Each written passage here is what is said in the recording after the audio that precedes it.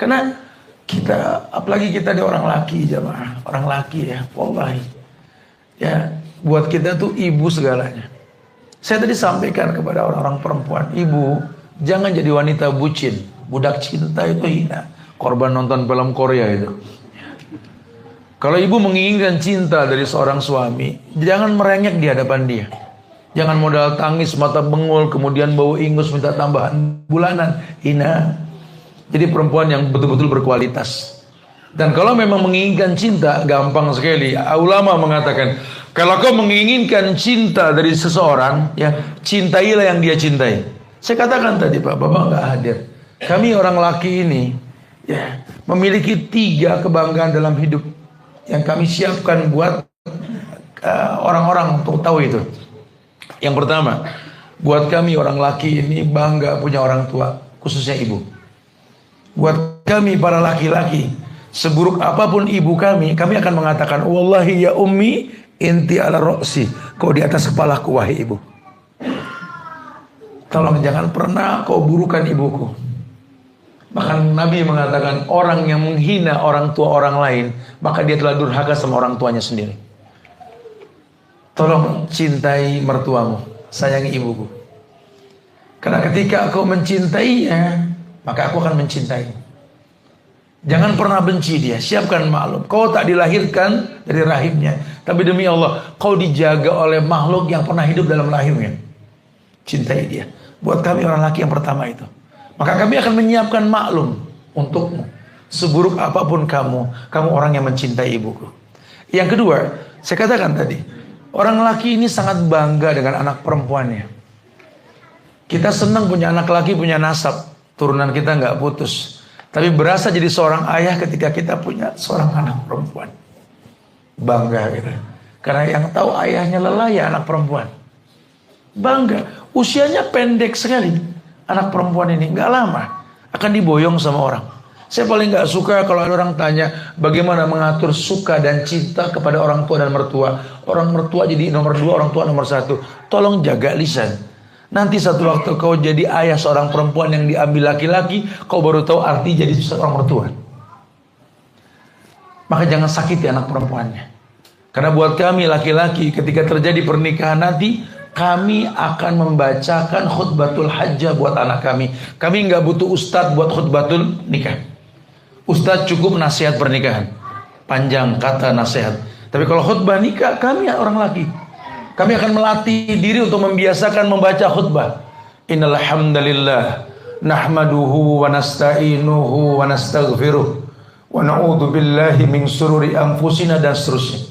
Kami akan berkata kepada calon mempelai, wahai lelaki di hadapanku, sebentar lagi terjadi ijab qabul di antara kita. Dan setelah kau mengatakan gabiltu tazwidah wa nikah bi mahrin madhkur, sah. Kau ambil dari pundakku tanggung jawab. Sekarang wanita yang kumiliki sebagai anak menjadi pasangan hidupmu, yang kau lebih berhak diutamakan ketimbang diriku. Saya katakan begitu. Tapi ingatkan kepada mempelai laki ini, ingat, saya tidak kenal siapa kamu, tapi saya berhusnuzon kau laki-laki yang baik. Alasannya apa? Perempuan yang kau nikahi ini adalah wanita soleha yang kubesarkan dengan kebaikan. Aku yakin anak yang soleha ini untuk lelaki yang soleh.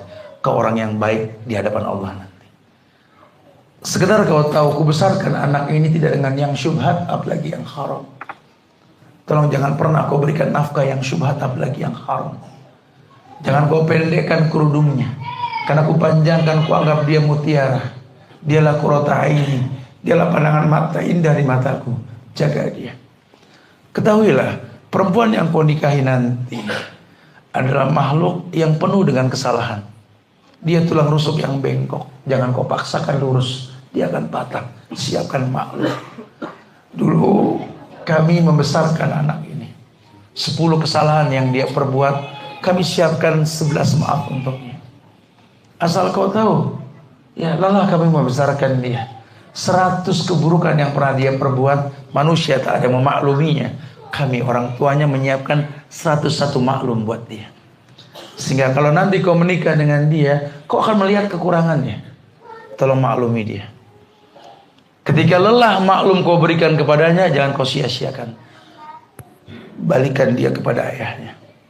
Karena aku selalu memakluminya. Masya Allah. Sehingga laki-laki itu akan bertanggung jawab dan dia harus tahu bahwa anak perempuan itu segalanya buat ayahnya. Maka para istri, jangan kau sakiti anak perempuannya. Terkesan dia diam, kau bentak anak perempuannya, seolah searang menghitam dalam jantungnya, dia akan benci kepada kamu. Oh, suami saya biasa aja kalau saya ngomel sama anak perempuan. Kamu nggak tahu dia pura-pura. Hilang rasa, hilang cinta di hatinya. Kamu nggak berasa rumah yang kau anggap baiti jannati, rumahku surgaku, si pemiliknya nggak betah. Kalau rumah itu surga, pemiliknya akan betah. Jangan cuma merasa agama ini bukan perasaan. Agama ini dalil.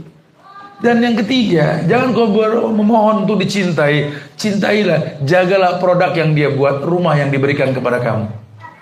Saya katakan seperti itu. Supaya kamu tahu arti cinta. Cintai sesuatu yang dicintai oleh orang lain, kau akan diberikan cinta. Kalau kau bisa menjaga ibunya, kau bisa menjaga anak perempuannya, kau menjaga rumah yang dibuatkan untukmu atau disewakan untukmu, wallahi dia akan belah jantungnya. Dia berkata, wahai istriku, ambil cinta dalam hati ini sebanyak-banyaknya. Tapi jangan kau paksa cinta ini keluar tanpa 3 hal tadi. Masya Allah, subhanallah. Ini fenomena dalam rumah tangga yang membuat anak menatap itu gitu loh. Sehingga wajarlah kalau nanti satu waktu anak merasa kehilangan. Kita hidup di zaman di mana anak ini suka melihat bukan mendengar. Ketika dia menonton orang tuanya, jadi tontonan yang menuntun. Ketika orang tua sudah nggak ada, ya Rob, ya, tinggal kenangan yang dimiliki. Bahkan kenangan pun menjadi sebuah tali ukhuwah yang kuat di antara saudara. Ini sangat indah sekali. Maka Islam menginginkan kita menjadi orang yang betul-betul layak untuk dilihat, layak untuk ditonton dan menuntun tentunya.